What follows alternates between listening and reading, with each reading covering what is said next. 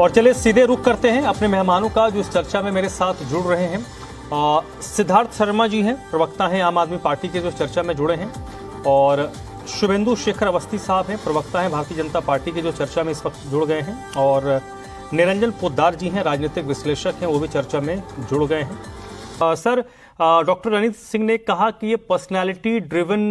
Elections नहीं है। ये एक अलग बहस का मुद्दा हो सकता है सर, डॉक्टर साहब की वो अपना एक पॉइंट ऑफ व्यू हो सकता है, हम लोगों का उससे अलग हो सकता है। लेकिन क्योंकि मैं कांग्रेस के 3 उम्मीदवारों, हमने सारे आम आदमी पार्टी के उम्मीदवारों पर बात की थी, भारतीय जनता पार्टी के उम्मीदवारों पर बात की थी, तो कांग्रेस के उम्मीदवारों पर भी बात होनी चाहिए। जेपी अग्रवाल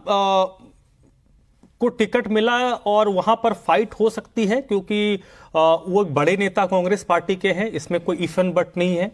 व्यवसायी वर्ग से आते हैं, उनके सामने भी व्यवसायी वर्ग से ही एक नया, जो व्यवसायी लोगों का नेता के बीच नेता थे, पार्टी ने उनको मौका दिया, वहां एक टक्कर है। लेकिन बाकी जो 2 है, एक डॉक्टर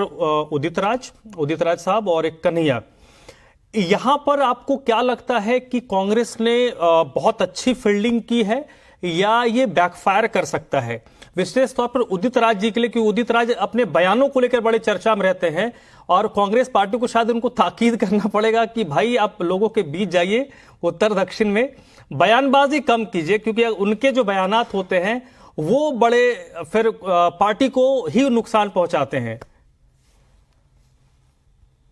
देखिए धर्मराज जी, मैं आपकी बातों का सारी बातों का आपका जवाब दूंगा और बहुत तर्कपूर्ण जवाब दूंगा, लेकिन मैं शुरुआत जो करूंगा वो दिल्ली के जो वोटिंग पैटर्न है, मैं वहां से शुरुआत करूंगा। आप सबसे पहले तो इस चीज को देखिए कि जिस तरीके से दिल्ली के अंदर पिछले 2 लोकसभा चुनावों का हम वोटिंग पैटर्न देखते हैं, तो 2014 के लोकसभा चुनाव में भारतीय जनता पार्टी को 53% वोट मिले थे और 2019 के लोकसभा चुनाव के अंदर भारतीय जनता पार्टी को 56% से ऊपर वोट मिले थे। यानी कि सीधी सी बात आप ये समझ लीजिए, अगर दोनों पार्टियों यानी कि आम आदमी पार्टी और कांग्रेस के गठबंधन को अगर हम जोड़ दें तो भाई 42% वोट प्रतिशत के ऊपर ये लोग रहते हैं। अब इसके अंदर भी एक चीज और है, और वो ये है संदेह की जो चीज होती है, वो आप कभी भी देखिए धुर विरोधी जो भी गठबंधन होते हैं वहां पे वोट ट्रांसफर की एक बहुत बड़ी प्रॉब्लम होती है। 2019 के चुनाव के से पहले जब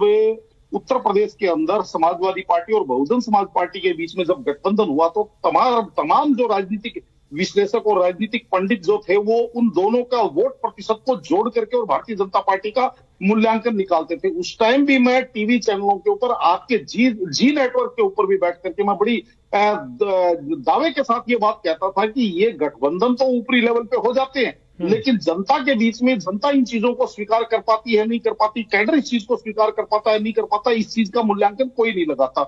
तो पहली बात तो ये है कि आपस में वोट ट्रांसफर होते भी हैं तो भी 42% वोट मान के चलते हैं, और 42 और 56 की अगर हम बात करते हैं तो लगभग 14% का वेरिएशन है। सबसे पहले आप इस चीज का महत्व समझिएगा। अगर आज मान लीजिए कहीं कोई नाराजगी, कोई असंतुष्टि किसी प्रकार की हम ये बात करेंगे, तो एक चीज आप ये मान के चलिए, हमारे यहाँ कहा जाता है कि भाई चूहा बड़ा होगा, कितना बड़ा होगा, हाथी तो नहीं बन सकता, बिल्ली जितना हो सकता है। तो वहां पे अगर आज यहाँ पे गठबंधन अगर रिकवर करता है 2%, 4%, 5% वोट भी अगर रिकवर करता है, तो कहीं ना कहीं मेरे हिसाब से फिर भी मार्जिनेबल जो विनेबल जो मार्जिन है वो कहीं ना कहीं फिर भी बना रह जाता है। रही बात आपने, अब आता हूं आपके मूल सवाल के ऊपर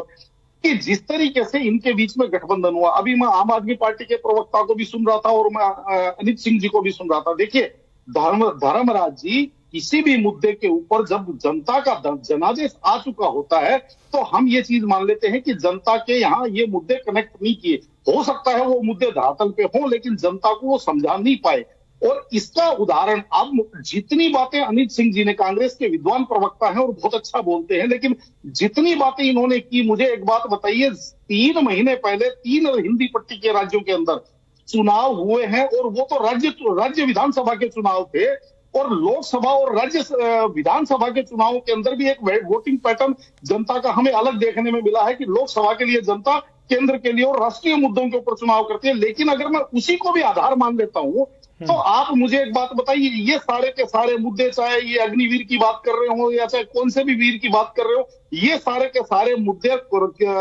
राजस्थान और छत्तीसगढ़ जो दो सरकारें इन्होंने गवा दी भारतीय जनता पार्टी के हाथों, क्या वहां जनता ने इन मुद्दों को स्वीकार किया? पहली बात। दूसरी बात, जो आम आदमी पार्टी के प्रवक्ता कह रहे थे कि आज दिल्ली के अंदर केजरीवाल जी की ऐसे हवा है और मोदी जी की वैसे जो बात कर रहे थे, मैं आपको एक छोटा सा एक उदाहरण देता हूं कि अगर इतनी ऐसी बात थी, इनकी बात में अगर ये सत्यता है या इनको अपनी बात के ऊपर अगर भरोसा है, तो फिर ये गठबंधन का खेल खेलने की आवश्यकता क्या थी? फिर तो केजरीवाल जी के नाम पे ये लोकसभा चुनाव के अंदर ठोक करके जाते और सातों की सातों सीटें लेकर के आते। लेकिन वास्तविकता कुछ और होती है जो दिखाई देती है। अब आपका मूल सवाल जो था कि भाई जिस तरीके से कांग्रेस ने जो 3 प्रत्याशी अपने घोषित किए हैं, देखिए जयप्रकाश अग्रवाल जी निश्चित रूप से जनता से जुड़े रहे हैं, इसमें कोई किंतु परंतु नहीं, और एक बेदाग छवि के नेता रहे हैं। लेकिन आज की तारीख में जिसको कहते हैं केंद्रीय नेतृत्व का जहां सपोर्ट नहीं हो, आज इस तरीके से कांग्रेस टिकटें तो बांट रही है, लेकिन आप देख रहे होंगे पूरे देश में, इंटायर पूरे देश की बात कर रहा हूं कि केंद्रीय जो इनकी केंद्रीय नेतृत्व है उसको कहां से सपोर्ट मिल रहा है। एक रही बात पैसे के लेन देन की, जिस तरीके से पैसा प्रत्याशियों को, तो उसके अंदर भी इन्होंने तो एक बात कह दी कि भाई हमारे तो अकाउंट जो है वो सीज कर दिए गए हैं, यानी कि यात्री अपने सामान का स्वयं ध्यान रखें। अब देखिए जब तक, और दूसरी तरफ Bharatiya Janata party local cadre, पन्ना प्रमुख, उसके बाद में जिला कार्यकारिणी, प्रदेश कार्यकारिणी, और उसके बाद में जिस तरीके से प्रदेश केंद्रीय नेतृत्व जिस तरीके से बैकअप देता है, आज कांग्रेस का बैकअप कहां है? और यार रही बात जिस तरीके से कन्हैया कुमार जी को उतारा है या उदित राज जी को उतारा है, मुझे ऐसा लग रहा है 2 सीटों पे तो इन्होंने वॉक ओवर दे दिया, क्योंकि जनता जिस आदमी के साथ भारत तेरे टुकड़े हुए का, अब वो सही है गलत है मुझे नहीं पता, मैं उस चीज का निर्णय भी नहीं कर सकता, लेकिन वो टैगलाइन उनके साथ चल रही है। और मुझे नहीं लगता कि भारत की संवेदनशील जनता कोई भी किसी भी देश के, हमारे किसी भी प्रदेश की, किसी भी शहर की जो संवेदनशील जनता है वो इस चीज को स्वीकार करेगी, मुझे बिल्कुल भी नहीं लगता। ठीक है सर, ठीक है। पहले निरंजन पोद्दार जी आप रिस्पॉन्ड। देखिए धर्मराज जी, थोड़ा सा समय दीजिएगा, दो बिंदुओं पे बात करूंगा। पहली बात, जिस तरीके से सिद्धार्थ भाई ने अभी मेरी बात का समझ लीजिए, जिसको कहते हैं ना खारा खारा थूर मीठा मीठा गर्च, जिस तरीके से निकाल लिया। मैंने ये भी कहा था सिद्धार्थ भाई की आमतौर पे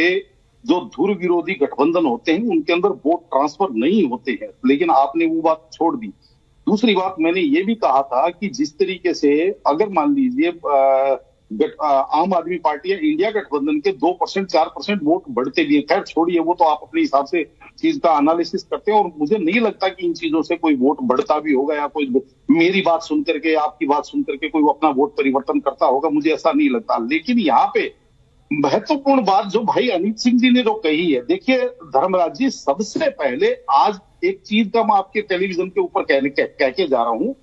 और वो ये है कि सबसे पहले तो ये जो जितनी भी राजनीतिक दल है, विशेषकर मैं कांग्रेस को इसके अंदर इंगित कर रहा हूं कि आप इस चीज को कह रहे हैं कि निरंजन पोद्दार जी को सोचना चाहिए, निरंजन पोद्दार जी को कहना चाहिए, या तपन भारती जी को सोचना चाहिए, या जनता को सोचना चाहिए, जनता को इस बारे में विचार करना चाहिए। बहुत अच्छी बात है, हम विचार करते हैं अमित सिंह जी, और आपने जितने मुद्दे गिनाए, कदाचित तो हो सकता है मैं इन मुद्दों से आपकी बात से सहमत हूं, लेकिन कभी कांग्रेस को भी विचार करना चाहिए कि इतने मुद्दे होने के बाद में उत्तरोत्तर अगर हम पिछले 58 चुनावों का विश्लेषण करें तो 58 चुनावों में से 52 चुनाव कांग्रेस क्यों हार गई? कभी इस चीज का आप भी विश्लेषण कीजिए कि ये मुद्दे जनता को समझा क्यों नहीं पा रहे, ये मुद्दे जनता को कनेक्ट क्यों नहीं कर पा रहे? कभी आप भी तो इस चीज को विचार कीजिए, कभी आप भी तो सोचिए। केवल निरंजन पोद्दार या तपन भारती जी के सोचने से सिचुएशन नहीं बदलती। निरंजन पोद्दार भी चाहता है, तपन भारती जी भी चाहते हैं कि इस देश के लोकतंत्र के अंदर एक सत्ता पक्ष हो तो एक मजबूत विपक्ष हो जो सत्ता पक्ष को सदा टाइट रखे, क्योंकि हमारे यहाँ जयप्रकाश नारायण जी कहा करते थे कि जब विपक्ष कमजोर हो जाता है तो सत्ताएं आवारा हो जाती हैं। हम भी इस चीज को मानते हैं कि जब एब्सोल्यूट मेजोरिटी के बाद में जितनी ज्यादा बहुमत मिलता है वो सत्ताओं को कहीं ना कहीं बेलगाम करता है। तो हम भी चाहते हैं कि विपक्ष कम से कम विपक्ष में भी आए तो कांग्रेस मजबूत स्थिति में आए, लेकिन कांग्रेस और कांग्रेस का नेतृत्व भी तो सोचे, ये सारी की सारी ठेकेदारी जनता के ऊपर क्यों डाल रहे हैं, इसको भी तो कम से कम आपको सोचना चाहिए। मेरा तो इतना सही निवेदन है। ठीक है, इसी नोट पे क्योंकि समय की पाबंदी है, आज की चर्चा में बहुत बहुत शुक्रिया सिद्धार्थ शर्मा जी जुड़ने के लिए, शुभेंदु शेखर अवस्थी, डॉक्टर अनित सिंह, राय तपन भारती, निरंजन पोद्दार जी। बहस में आज बस इतना ही।